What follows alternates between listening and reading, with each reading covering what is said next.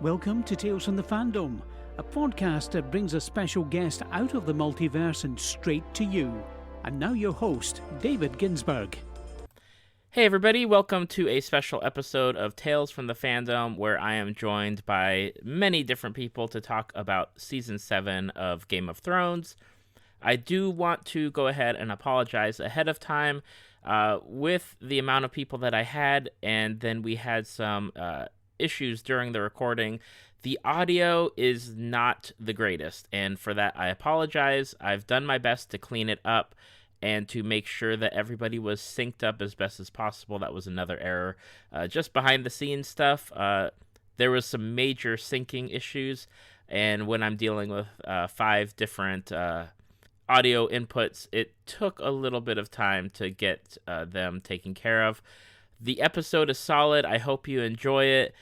Before the episode starts, a quick preview to one of my favorite podcasts that is currently going on, Dungeons and Dragons and Daughters.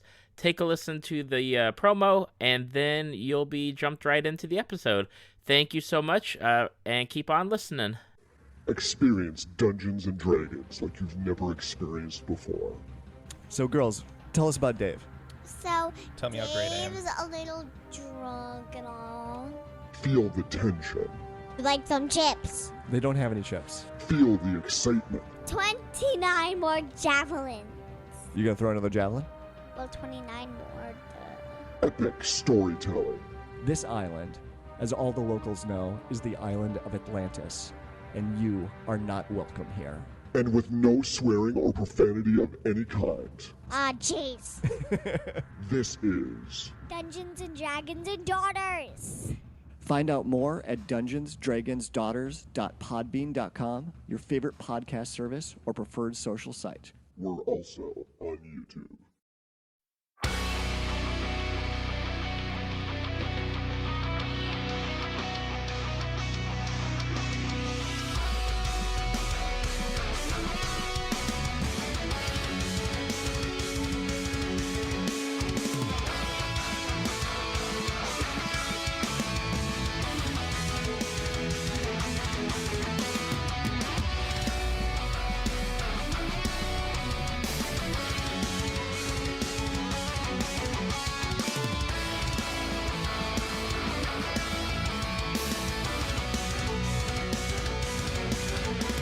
And welcome to a special episode of Tales from the Fandom. We are here to talk about Season 7 of Game of Thrones, the HBO hit series by George R.R. Martin, the man who may be the slowest writer on the face of the earth.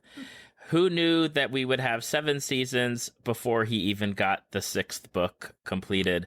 I am joined today by a round table of people. Representing House Lannister are Katherine and Stephen Efird. Representing House Stark is Rebecca Parker. And representing the White Walkers is Brady Calhoun. Welcome, everybody, to this roundtable. Thanks. Thank you. Lannister's got 2 people. They cheated. You see that? Hey, if I had known White Walkers were an option, I would have chose right there with you. There you go. Always bet on death. That is one of the things that I always see is it so bad if the White Walkers really win? Well, no. To put it bluntly. Everyone really deserves to die. They've done things that warrant their death, so it's not necessarily a bad thing at this point. And they're just so stupid. These are stupid, stupid people. They're dumb. Let's all embrace the cold embrace of death. Okay. Moving on. I was going to say, maybe I'm the optimist, but I think that we've gotten rid of most of the characters who are the ones that I'd prefer to die. And a lot of the ones who are left I'd like to protect and not have be White Walkered, so... We're spoiling this whole thing, right? I guess that's the House Stark in me. I mean, it depends. Are we talking being full on, Night King style, or are we just shambling? Because shambling kind of sucks.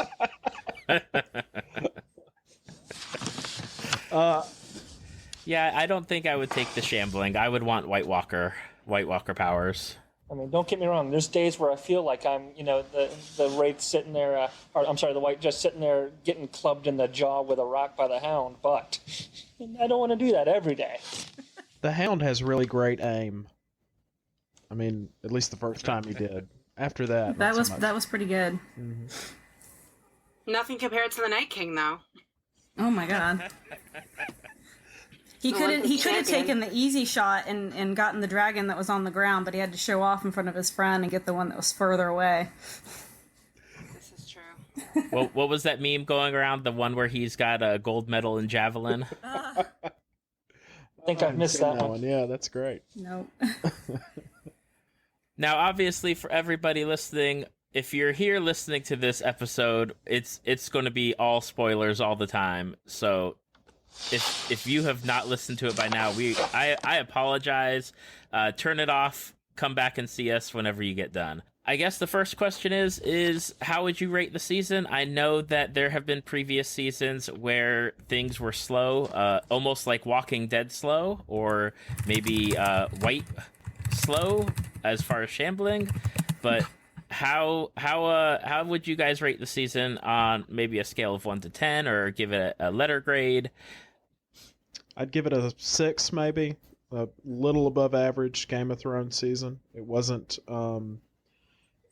It had a lot of problems. I felt like it wasn't nearly as good as the first season, or maybe season 6. Well, I think you're also saying that this is probably the first one that doesn't have Martin's direct fingerprints all over it, too, because they are now ahead of him.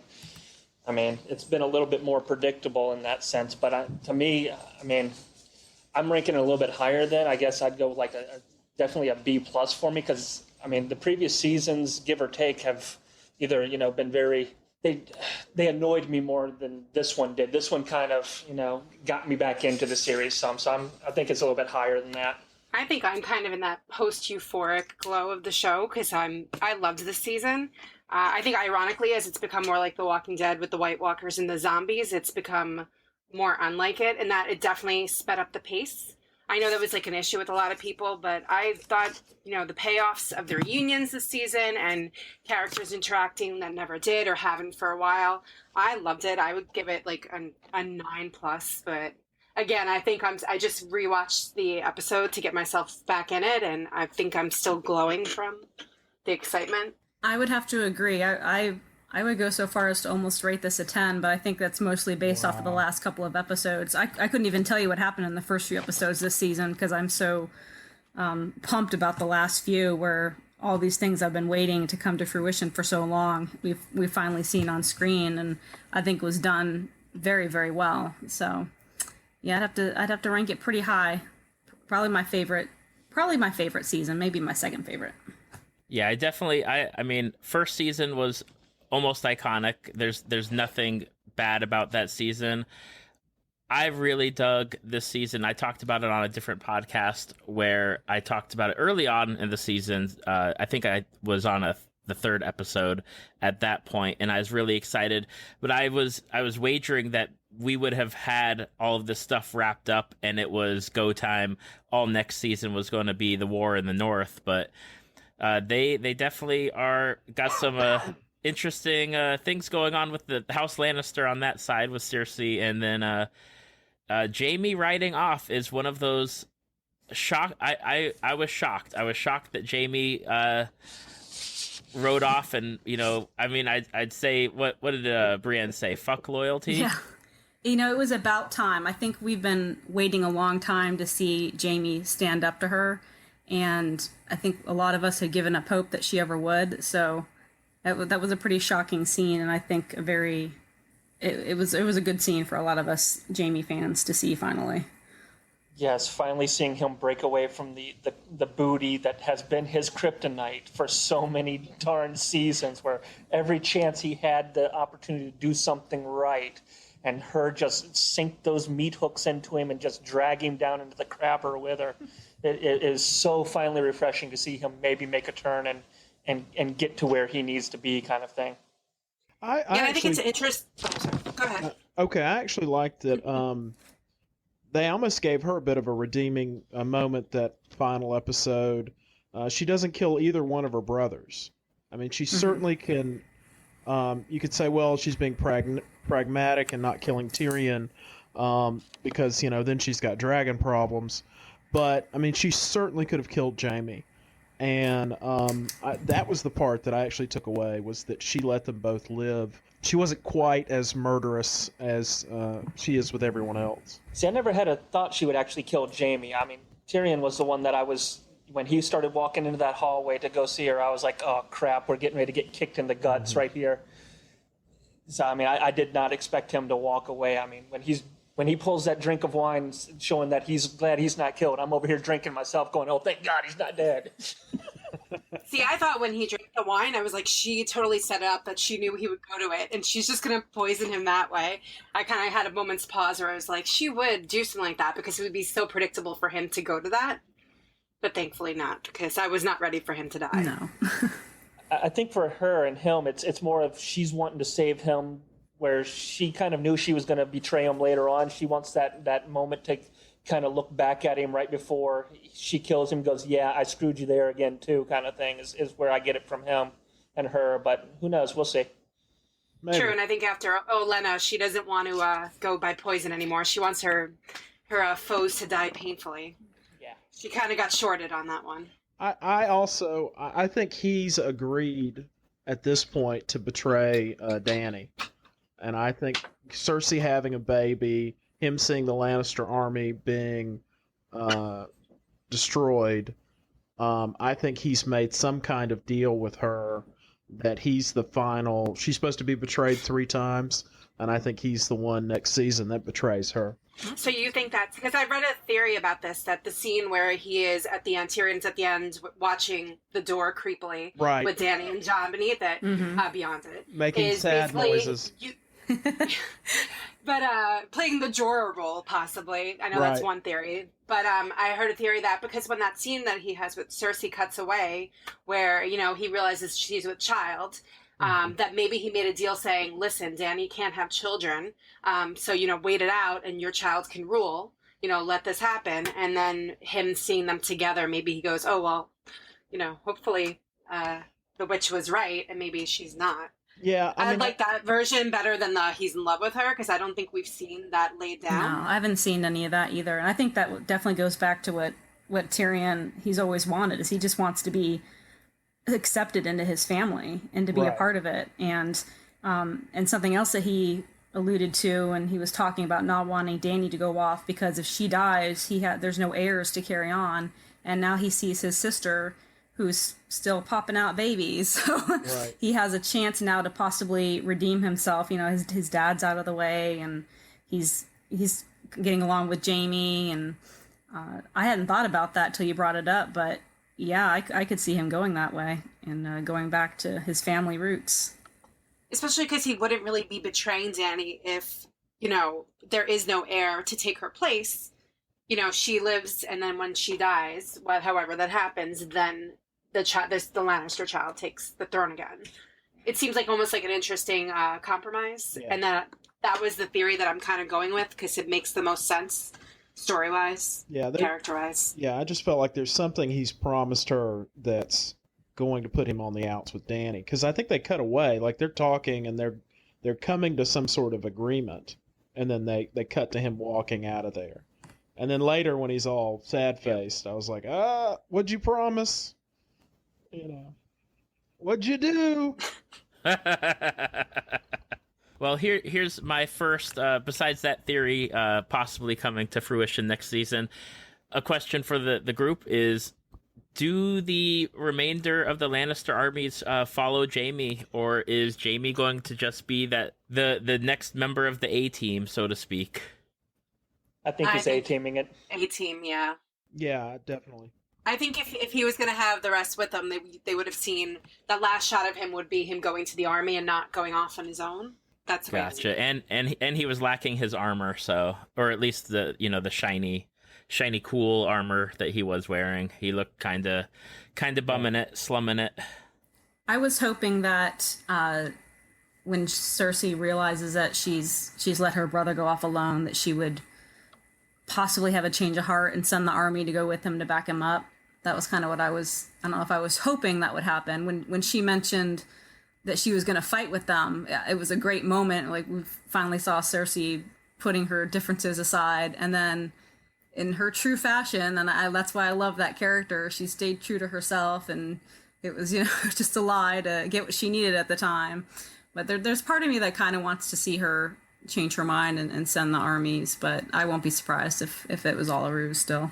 No, I was excited at first when I thought she was going to side with fighting in the North, because I thought at least it was something different for her. Like, it would be just something completely different for the show, that this Game of Thrones is put aside and a different work, is brought to the fruition. But and then when you find out that she has basically lied to them, I'm like, well, that's the Cersei I've loved for 7 seasons. Exactly. And it totally makes sense. She's right. Her enemies are going to be completely distracted. She reinforces her position in the meantime. And you know what? She deals with the fallout. It's no better than she was before. So, it was such a Cersei thing to do. And you know what?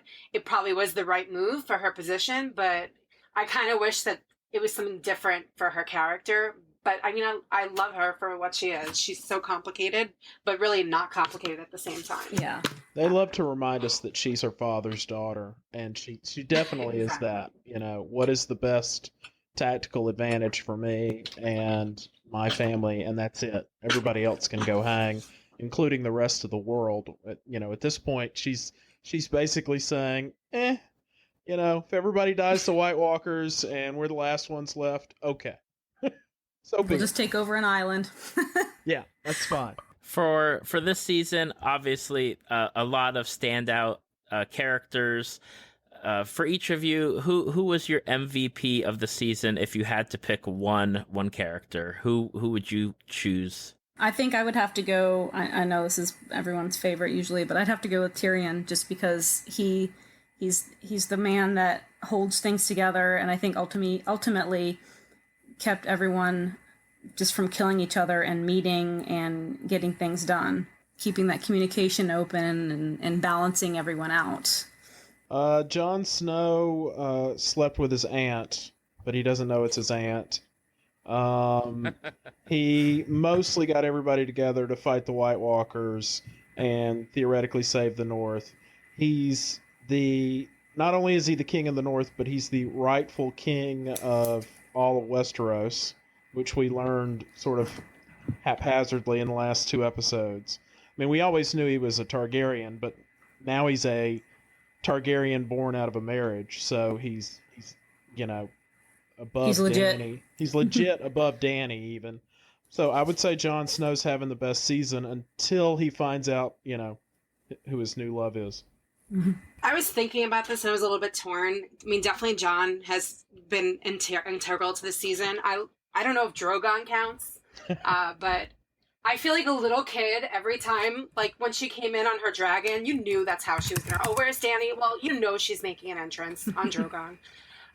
So every time, anything with the dragons, honestly, I was kind of like a little kid and it was that excitement in me, but I don't know if he's an MVP, but I just love every time Davos is on screen. He's just this little, no, he's not really little, but he's this just kind of fun little breath of fresh air. He's almost like the audience, with these kind of snarky little comments or kind of just so witty, like that scene when he's on the beach with Gendry.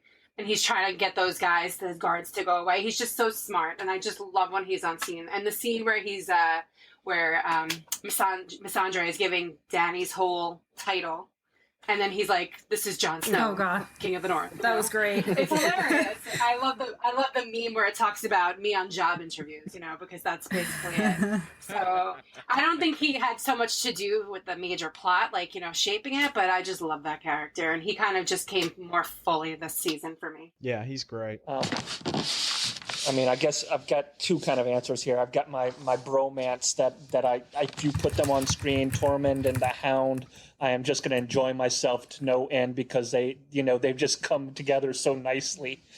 But as far as my MVP moment turning guy is going to be Jaime, just because he's making that transition from being what he has into that almost anti-hero character finally. The guy who pushed a kid out the window, episode 1. I know, but he's the one. He's the one that's showing that change finally. You know what I mean? He's turning that corner, and realizing what he once may have been. Because let's face it, he started off in the pre-story as being the Kingslayer, I mean, and he's trying to shed that title, get to where, he did it for the right reasons. It was the wrong thing, possibly. Maybe it's the right thing, time, plays out. But he's finally getting back to that spot where he believes in himself kind of thing. And he's turning and regaining that heroic confidence that I think he once possessed that he lost along the way. He just needs more time with Brienne. She brings the best out of him. Now, that's an interesting question because, Brienne and Jaime are like those two that are paired together, but then Brienne and Tormund, like that's the one I go for. That right there, Brienne and Tormund. Make big beautiful women, big beautiful babies to rule the world. I like Brienne and the Hound too. I love that they were like, the divorced Arya parents in this episode. Like, oh, she's safe. Oh, you're protecting her. Oh, she's good. Don't worry. I don't know.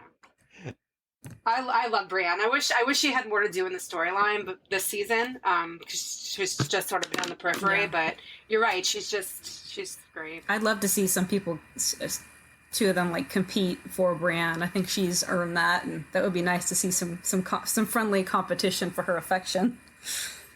That would be very cool. One of the things that was really cool in this season is even though we only had the 7 episodes, and obviously all the main characters are going to be there, they did get to focus on some of those smaller characters. Gendry stopped rowing the boat and he showed up. Podrick was there. Bronn of the Blackwater was there, and it almost seemed like he was going to take over Highgarden and become maybe a house unto himself. I really loved that all of these smaller characters kind of got little moments in the spotlight. Yeah, especially it was Gendry who actually ran all the way back to get Dany to come say. I mean, if he hadn't have done that, they would all be dead. So I guess he is kind of the MVP of the season. But it was like, it's kind of like his little moment, like he's in the D&D group and he never gets to do anything cool, and it was like he got to do his cool thing and save the group for once. So that was really nice to see. I was going to say, just thank goodness that Dany and her dragons can now teleport from one side of Westeros to the other. They could just 20 minutes later, and she and her dragons are, beyond the wall from Dragonstone. And that's literally one of the reasons why I judge this season so poorly, is because we spent 6 years building a world and setting in this sort of travel time and how hard it is to travel somewhere. And this season, clearly the producers were like, you know what? Never mind. Everybody can be anywhere on the map anytime we need them to be on the map immediately.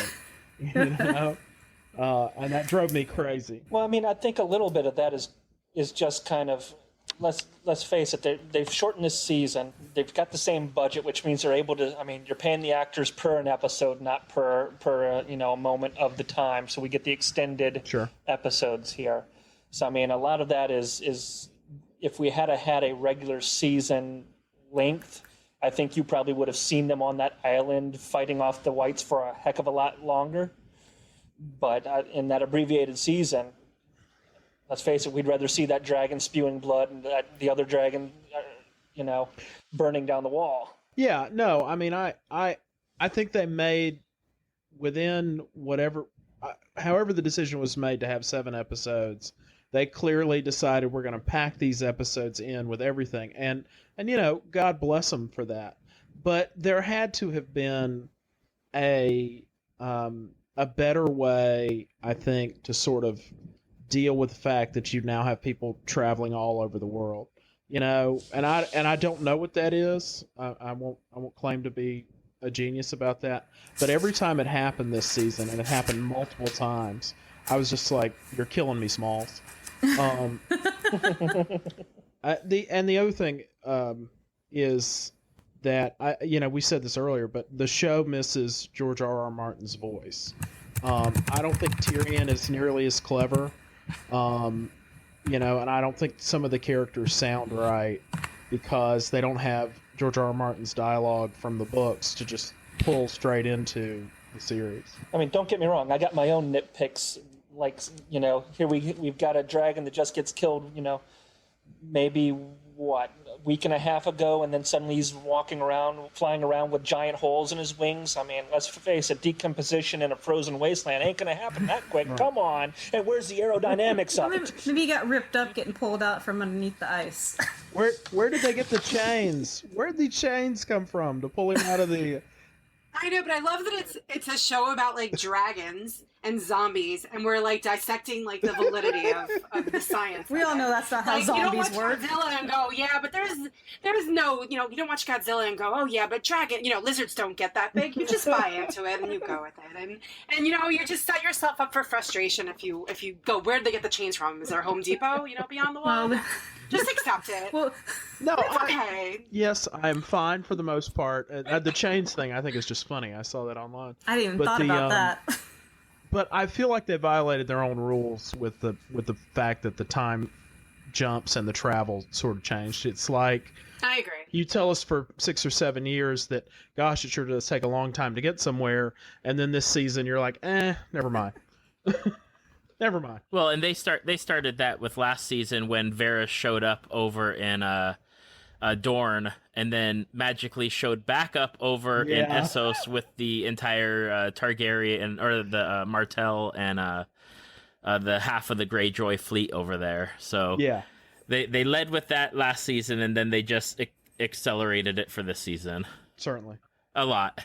In this season, there were a lot of close calls for characters. There's 2 characters in particular that I was on the edge of my seat. Like, please do not kill these characters, because I would be very sad if they died. One was Bronn during the Drogon attack on the Lannister army. I was like, please don't kill Bronn. I love Bronn. I want Bronn to be in that castle. I don't care. Like, I'm sorry that Olenna's dead, but, Bronn can take Highgarden. But then the other one was Tormund on that rock on the frozen lake. Like, I was like, please don't kill Tormund, because then he and Brienne can't have the big babies anymore. Was there a character that you were worried about? Was it one of those 2 characters? I know that, like, that last episode, I thought Tyrion wasn't going to make it out of Cersei's throne room or office alive. But was there a character that you were worried about, or was there conversely a character that you enjoyed finally seeing their death? I agree with you 100% on those 2 main characters. Those were the 2 I was worried about. I want Bronn to get his castle, and I'm going to be very sad if he's killed before he gets what he has been asking for all this time. So, and yeah, Tormund I thought for sure was gone, and it was great to see Clegane just solidify that broship there and save him. So that was awesome. What was the other question you asked, David, about who? Or if you were happy to see someone finally get their death, because there's a lot of deaths this season. Littlefinger, man. Littlefinger's gone. Isn't that great? I mean, let's just... Oh, so happy about that. Other than... I think anybody in that scene, it didn't matter who it was in that scene to die, I would have been happy to see any one of those 3 die. Be it Sansa, Arya, or Littlefinger. If a meteor had struck that castle while they were all in there, I think I would have been like, okay, that's cool, let's move on. House Stark over here is offended. I definitely would be upset if Arya got killed. Arya's great. Everybody else is kind of creepy and messed up, but Arya's a solid character. Oh no, I was worried she was gonna die, because I've hated the whole Arya Sansa storyline this season. It's been like the one sore spot, but I feel like that was like a deceit for the audience. For the most part, that it was being set up to kind of surprise Littlefinger. So going into this episode, you had all these scenes with the conference, and it's really exciting. Then you get to Winterfell, and I'm like, oh God, please don't. When she calls Arya to the hall, I thought this is going to be horrible, and I was so tickled pink that it got turned around that it was Littlefinger instead. So that was the one I was worried about, and I'm glad that what has been kind of the blight on this season was purposely done. I can't stand Sansa, and at the end of that scene that I finally had a little bit of care for her, that she finally was not a complete idiot and wised up and did what she did. So I've always been kind of annoyed with House Stark for the decisions that they've made, but I finally got back on board with the Stark girls just from that one scene alone. I want to take a second and defend House Stark. I feel like they need some defense here. Ned Stark was a good guy, and the show has built itself on good guys who do the right thing getting killed by devious characters, and that's fine for like the first 6 seasons.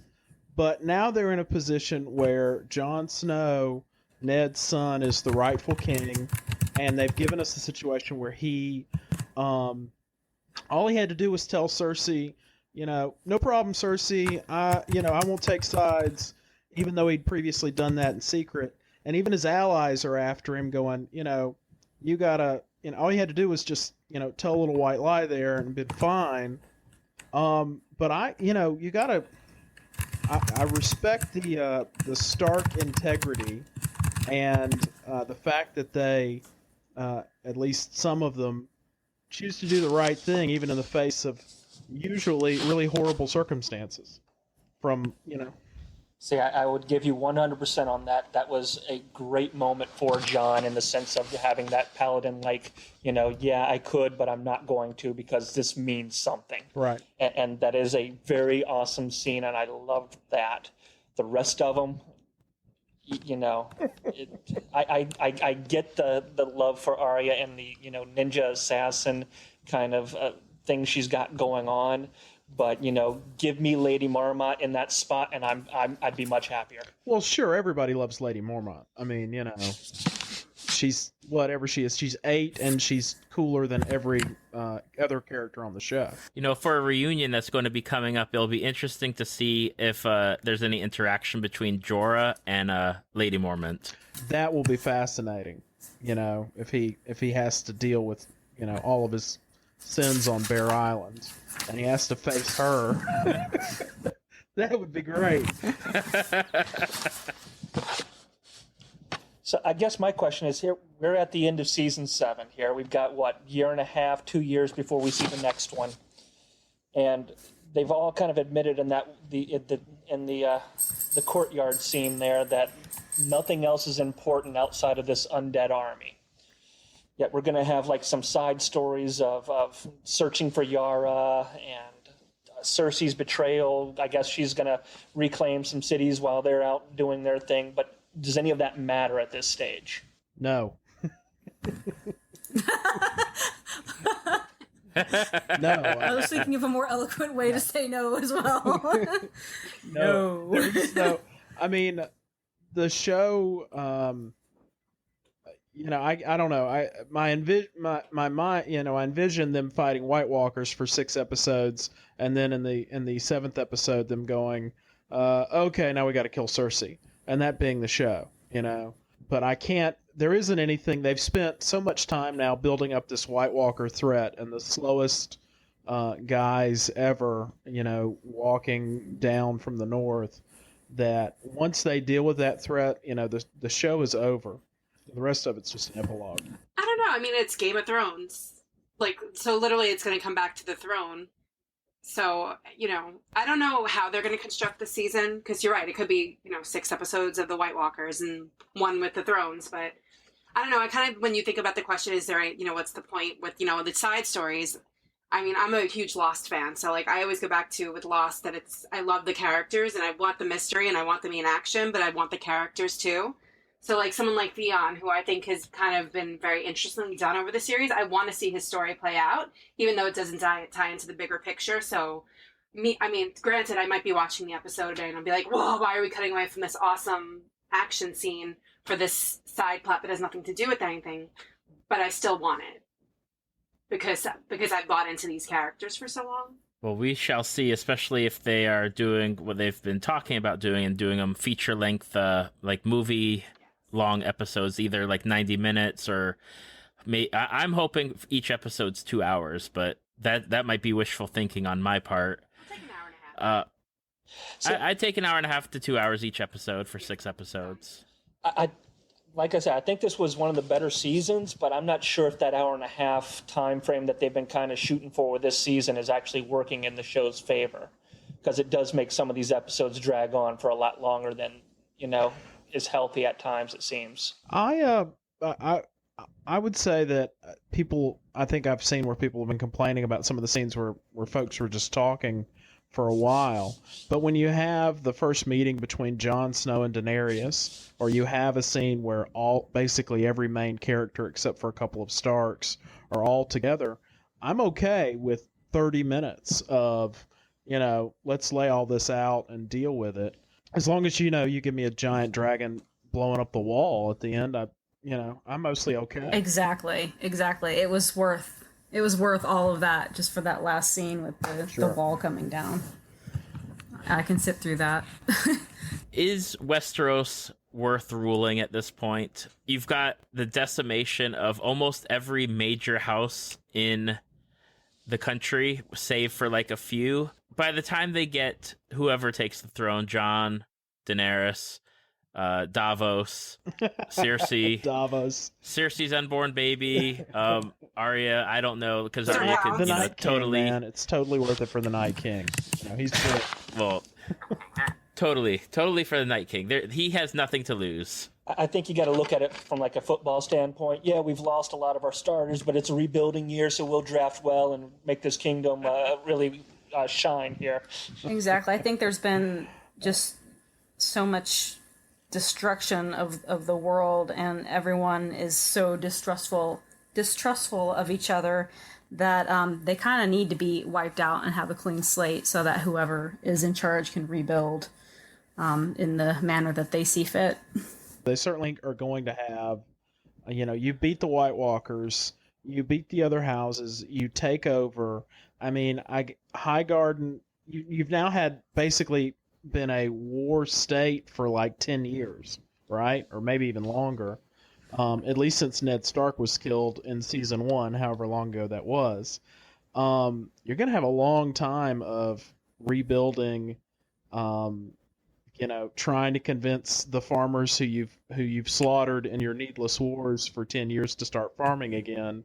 I think you got real issues. I was talking to someone about that, and they said that throwaway the Lannister scene with Arya at the beginning of the season with the singer guy, the redhead, I can't recall his name. Ed Sheeran. Okay.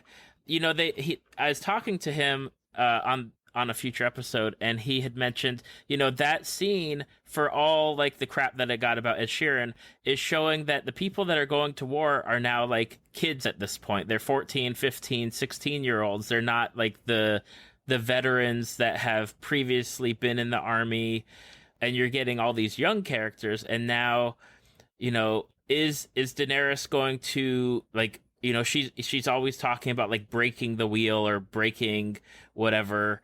Like, is she going to just install new people to kind of take over like those household spots like River Run or the Eyrie or even Dorne for that matter? Like, what would she do, or what would Jon Snow do at that point? Is it just going to be like one conglomeration, or are you going to install a warden for each she's been making all these point? Promises since the beginning that whoever, you join me and I'll give you all this land and set you up with titles. So now she's got her free land that she can just pass this off to everyone she's been promising along the way.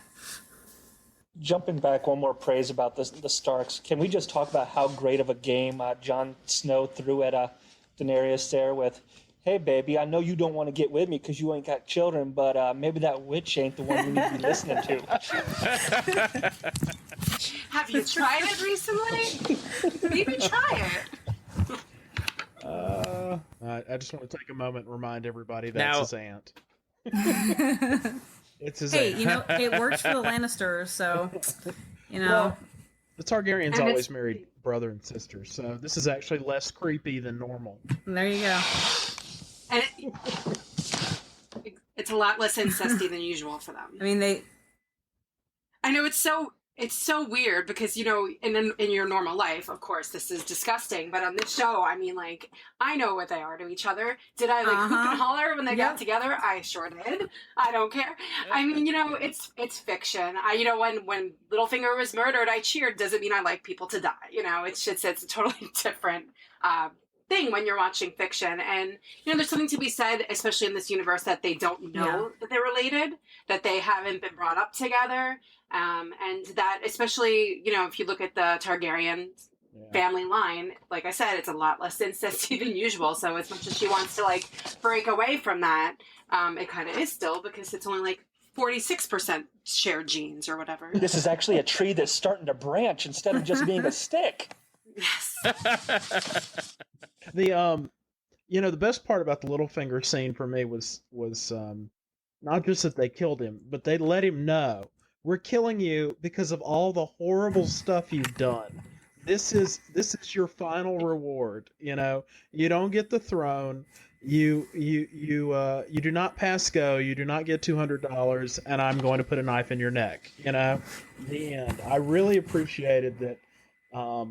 Of all the characters, that the biggest schemer got told exactly why he was getting killed. Very Game of Thrones like, by the way. Oh, and just the reaction that I'm sorry, what? The look on his face was worth everything. It was awesome. He really nailed that scene because he went from like shock to like calculation when he tells them, none of you were there, and then Bran's like, oh, hello, here's my receipts for that scene, and he tells us exactly what happens, and then he goes into kind of like oh shit mode, and he starts like begging and pleading. I mean, he just runs the gamut, and you kind of see the layers of that character just fall away. It was so great. So many stages of grief right there. He just goes through them all. Yeah, exactly. Here's one of the things I'm interested in about with season 8 coming whenever it comes. Cersei is bankrolling the Golden Company from Essos to come over, and I'm not sure if people are familiar with. I know in the books they mention it, and I can't remember in the previous seasons with Dario. He is still alive, and he kind of is involved, like, in the leadership of the Golden Company. When that mercenary group comes over, I have to see that Dario may be taking them right alongside Daenerys. Yeah, and I can't wait to find out which actor will be playing Dario this season. Oh no, I love Michelle. I don't know how to say his name. Michelle Huisman. Oh, I love him. He was in Orphan Black too. I know Ed Screen did it, but I don't know. I love the guy who's playing him right now. That's the guy from Okay. Red, right? Anyway, it doesn't matter. That's why I got confused. See, I came in late to the whole Game of Thrones thing. I never read the books, and I just binged watched all the episodes as I could. And I remember Dario, and then he completely changed actors, didn't he? That's why. Okay, that makes a lot of sense. They're not two characters. Yes, he did. Dario 2.0. Is this another character? Okay, yeah, I agree. I like the guy that plays him now. It was great. They did that with the mountain too, didn't they? Wasn't there one mountain and then there was another mountain? Okay. Yes, they did. Fair enough. Is anyone sad that we did not get the Clegane Bowl this season? Incredibly sad. I'm devastated. I really thought that was going to be up until we got to like the 5th or 6th episode, I thought that was going to happen this season, was the Clegane Bowl. And that to me, I may stop watching. That may be the end moment for me where I'm just like, okay, I have the resolution to this storyline. Whatever it is, I'm good now. Just me? Okay, fine. What is Clegane Bowl? I must have missed that. It's the Hound and the Mountain. With his brother? Yeah, them brother. Fighting? Settling that? Or yeah. Okay. They've been, since season 1, they have been hinting that the two of them are going to have this brutal fight in the same way that the Mountain had with what's his name, King Snake, Oberyn Martell. Oberyn. I don't know. Was that season 4? That we're gonna get one of those, and that fight, that Oberyn Martell and the Mountain fight, is maybe the high point, one of the high points of the whole series for me. That was intense. Yeah. That was so upsetting. I'm still not over it. Why couldn't he have just shut up and killed him? Well, just the look on Tyrion's face when it goes south is just priceless, because he's got it won, he's happy, it's going to be fine, and then the mountain, does what he does. It's just the Dorne storyline was such a bust on the show, and he was like the one bright spot of it, Absolutely. And then wouldn't shut up. I was really hoping for some more Ilaria Sand in this season, and I'm a bit disappointed in where she ended up and Yara ended up. Maybe she'll be still alive underneath the castle. I don't know. I think that's probably the last we saw of them. If I had a bet. I would think that's the end of them. Although it would be pretty horrible humor for like Dany to go down into the jail cells and find her there. 4 or 5 years from now. Just horrible. Was there a death this season that broke you or made you sad to see that character go? I know there's a few people that died, and I was disappointed in one of them, but obviously they've got to start shedding characters, and war is brutal. But was there a character in there that you were just sad to see go? Viserion. Did I say that right? The dragon. Yeah. I don't care. That broke me. I cried. I'm sorry, I'm still like not even over it. Yeah. You're like, oh yeah, just a normal adult, and then you're like sobbing over a dead dragon. But that was just rough. And can I just say how stupid it was for Dany to bring both of her dragons to this conference, because Cersei was on it. She's like, where's the other dragon? Yeah. Yeah, she was. She should have just brought one. Did she not learn anything from bringing extras? Well, jumping back to that scene where it dies, we can all blame that on Jon Snow for just sitting there and, staring up at a dragon that he's seen enough times, instead of going, hey, look, shoot your dragon fire over there to that guy that's standing on the hill. In this now, shoot that guy, we win. That was definitely one thing where it's like, Jon, what are you doing? Like, run, go. Like, why are you wading into the battle? Like, you are not going to be the one to solve it at this point. Jon's got a death wish. That's, the King of the North doesn't go see anybody. They come to him, or he sends an emissary, but he goes to Dany, death wish number 1. Then he goes to, let me get, now it was cool as all get out, but let me get 5 of my D&D friends and we'll go beyond the wall. That's a death wish. And then he's waiting. I was just screaming at the television. Why are you wading deeper into this fight instead of getting on the dragon and getting the heck out of there? They should have just taken the dragon to fly over and pick one of those zombies like out of the air and then fly back. There was no need for them to go on. If they're going to bring the dragons in anyway. I don't know. That plan doesn't sound convoluted enough. Can we add something to it? Blindfolded, maybe. I don't know. Are we venturing into the territory of why didn't the Eagles fly the One Ring to Mount Doom on this one? Again, travel time's fixed. If he just says to Dany, "Hey, we're all going to the wall. Why don't you wait on the other side of the wall for us in case there's a problem?" And then I don't have the travel time problem when she shows up, 10 minutes later from the other side of the world. Fixed. It was overnight. They slept overnight. They showed that, but yeah. A little more than a few hours. Well, and I think there's probably the theory is that the Night King was waiting on the dragons. That this was all set up as far as the Night King was concerned. He somehow knew that Dany was going to show up with a dragon to save Jon, and he needed that dragon to knock down the wall. What was the other plan if he didn't have a dragon to knock down the wall? How was he getting across it? In the books, there's a horn that they've never introduced in the show. But there's like a magic horn, supposedly, or something. I don't know. No, the dragon was much cooler. Well, they did have giants. They could have, I guess, knocked the wall down of it, or not the whole wall, but the entrance to get in there eventually, I would think. Yeah. All right, so I have to ask for season 8. Obviously, we can't go into it expecting everybody to live, Does anyone have a few picks on who's going to die? Who's going to leave us next season? For the final season? Tyrion and Cersei. I don't know. I feel like they've gotten a little gun shy on killing off characters. This season, they, I expected Tormund to get it. I expected more of a lot of the characters that went beyond the wall to just die there, and she basically flies in and saves everybody. And then you've got everybody but Thoros. Yeah, exactly. Well, and this group probably knows, but how many just casual viewers even knew who that was and remembered he was, somewhat he was a character. I don't know. I would say Tyrion and Cersei are pretty good bets to die next season. See, I think Jaime might, and that's going to be the thing that breaks Cersei. And I could see the show ending with her kind of being a broken woman.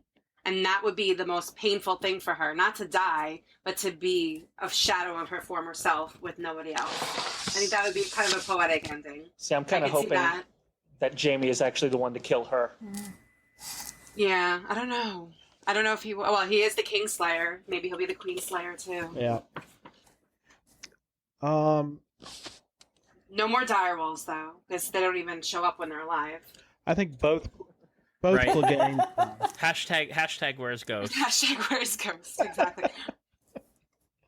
I would have liked to have seen him once this season. At least we got Nymeria. Did we not see Ghost at all this season? Was he not in any? No Ghost this season. Oh, that sucks. Yeah, if they kill Ghost, I think, there's been a lot of dog-related deaths on this show. But, yeah, if Ghost takes it, I'll be pretty sad. We did get Nymeria. We got to see her. Theon, too. I could see him making that final sacrifice. Because I know he's such a polarizing character. And I actually really enjoyed the scene with him and Jon in this episode. And I kind of watching it again, I got really kind of teared up with it. And I think when he talks about you're a Greyjoy and a Stark, I think it's almost like setting Jon up to be like you're a Stark and a Targaryen next season. Yeah. But I could see Theon sort of finally evolving to maybe sacrificing himself for his sister or for Sansa or anyone. So that would be my other possible death for next season. I was reading a funny article today, and it was based solely on where are the dogs that Ramsay Bolton had. They were very concerned because we haven't seen those dogs.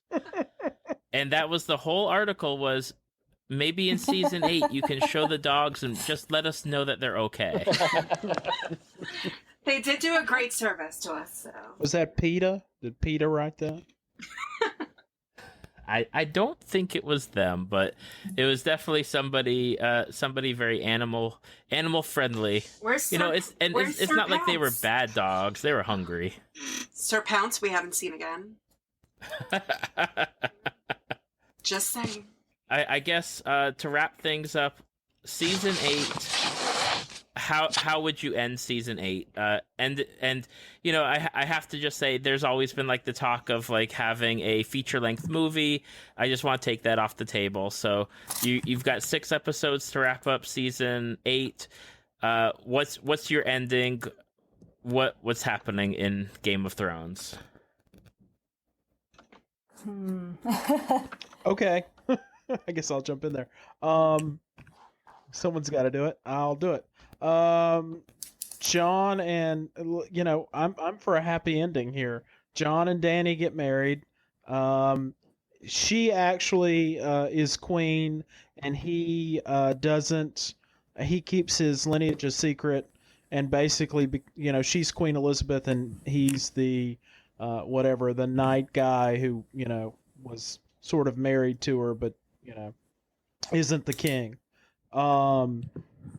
Most of the other characters are dead, but Bronn gets his castle, and Sansa is the Lady of Winterfell and the Warden of the North, and Arya's out there somewhere just killing fools on a new list she made. The end. I see, now that someone brought it up, I see Tyrion siding back with Cersei, and her sending her army to help Jaime defeat the White Walkers, and then her and Jaime kind of taking control. and either probably not killing Dany, but beating her so badly, killing her dragons that she's just defeated, and maybe they come to an understanding where she's going to go do her thing on her side of the world, back where she came from, and Cersei's going to rule supreme and take over because she's that smart. She's a survivor. That's what she does. I don't see her dying in season 8. I see her just growing in power and having her evil little baby. I have bad news for you. There's no way that's happening. I think there's a bigger chance of everybody dying and Lady Olena's corpse sitting up going, "Tell them all it was me."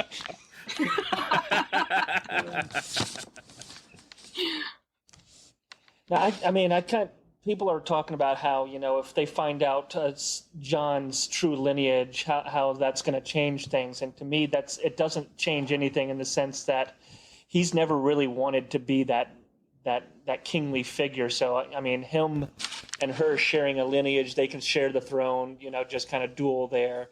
I think Jaime has to kill Cersei to finally free himself of it all. And, whether or not Tyrion is playing the double super secret, double spy here thing. If he is, I think Jaime has to go through him first. But I think he needs to kill off at least her in order to complete his hero's redemption kind of story. Sansa being in charge, yeah, I can see that. I think Arya there's going to be another threat beyond the wall or what have you, so she maybe goes off and does the kind of wall guarding kind of thing just to be off on her own and play whatever political game she wants to play with all her faces. But I kind of see it as the ending I hope we get is that, if nothing else, we get the dragons mating and getting some eggs going and a new birth of wonder again kind of thing. I like a lot of what Brady and Stephen said. I'm really down for, aunt and nephew on the crown together, because I don't think John, he turned down being king of the North. It's not like, I can be king of everything. That's a different story. I think it kind of makes sense. I want that happy ending. The only other thing I would say was I kind of have been waiting for Arya and Gendry to be reunited, so I would like that to happen. And now they're a little bit more age appropriate than they were back then. So, I kind of want a happy ending. I don't know about for Cersei, because I think as much as I love her, I kind of would love to see her fall from grace. She's had it, I guess besides losing all her children. She's had it pretty good the whole show. She's never had the power. Well, except I guess the one season with the High Sparrow. But by the way, I love how the show was like so much time has passed, but she can't grow out of that wig. Just saying. I hope Cersei at least gets a better wig, but that's her happy ending. A better wig. That's funny. The end. Game of Thrones. Hashtag Cersei's wig. I like the short hair, but Okay, so we're kind of saying we're all kind of looking forward to maybe having that happy ending. So what's the negative ending that we're all fearing? That's what I voted for, actually. Cersei wins. Yeah, that's kind of what I would like. I your think happy that would be cool. But I could easily see the White Walkers, wiping everyone out and everyone dies. I wouldn't be surprised if that happens too. I feel like there would be like a Sopranos level pushback to that. If it's like the end of the season, okay, winter's here. Good night. Maybe HBO learned their lesson. I don't know. I could see John and Dany sacrificing themselves to kill the Night King, and the rest of the characters left to sort of figure out who is appropriate to take over. That would be the tragic sort of ending. Somebody said to me this could be Romeo and Juliet, where they end up dying together. So, I hope not. We'll see. It seems they've invested an awful lot of time in his lineage and him being the actual prince who was promised and really the star of the show, for them to, in the last season, to go, never mind, we killed him. And then we killed him off. He's done. All right. Any final thoughts on Game of Thrones as a whole, on the possible having prequel seasons coming up after this show is done? What that would be, what you want, just anything before we wrap this up. I love what they did with the theme song in this episode. But they slowed it down in the scene near the end with Jamie. I thought that was really well done. And also, my only other last thought is I'm really annoyed they didn't show them kissing, Dany and Jon, because, I feel like you're building up to something. The audience deserves to see a kiss. Hey, and they cut away from that. I mean, we saw it when they were boning or whatever. Hey, you got a long shot of his butt. I did enjoy that, I will say. That was, can I say that's the MVP of the season, actually? His butt. Jon's butt. I take it back. Forget Drogon, it's the butt. No, but it would have been nice to have that kind of emotional payoff, because, that's what I wanted more than a sex scene. But I thought it was a great season. Speaking of prequels, before Better Call Saul, I would have said there's no way you can do a prequel to this and have it be good enough to be worth it. But Better Call Saul is at least as good as Breaking Bad, so that gives me hope that somebody can come along and make a show that's set 50 or 100 years before Game of Thrones is set, and it'd be good. So here's hoping. I have to agree on that. The way they use that theme song. When we were watching, I kind of looked over and said, "Oh, it's kind of like the sad Incredible Hulk ending song where he's walking away, leaving it all behind." The prequel, I'm not sure. I mean, one of my biggest drawbacks of the beginning of Game of Thrones was the lack of that supernatural fantasy, high fantasy stuff that we're getting now toward the end of this series, with the dragons finally going out and doing stuff, the undead moving stuff. And so I guess it depends on how far into the future or into the past the prequels go. I mean, if it's just, the more mundane kind of things, I have a less interest in it. I mean, no, everybody's got a dragon, Everybody's got a dragon. They do the whole... I think there's like a civil war with dragons at one point. They could do that. So you could definitely have a lot of high fantasy. Now that you've sort of broken the...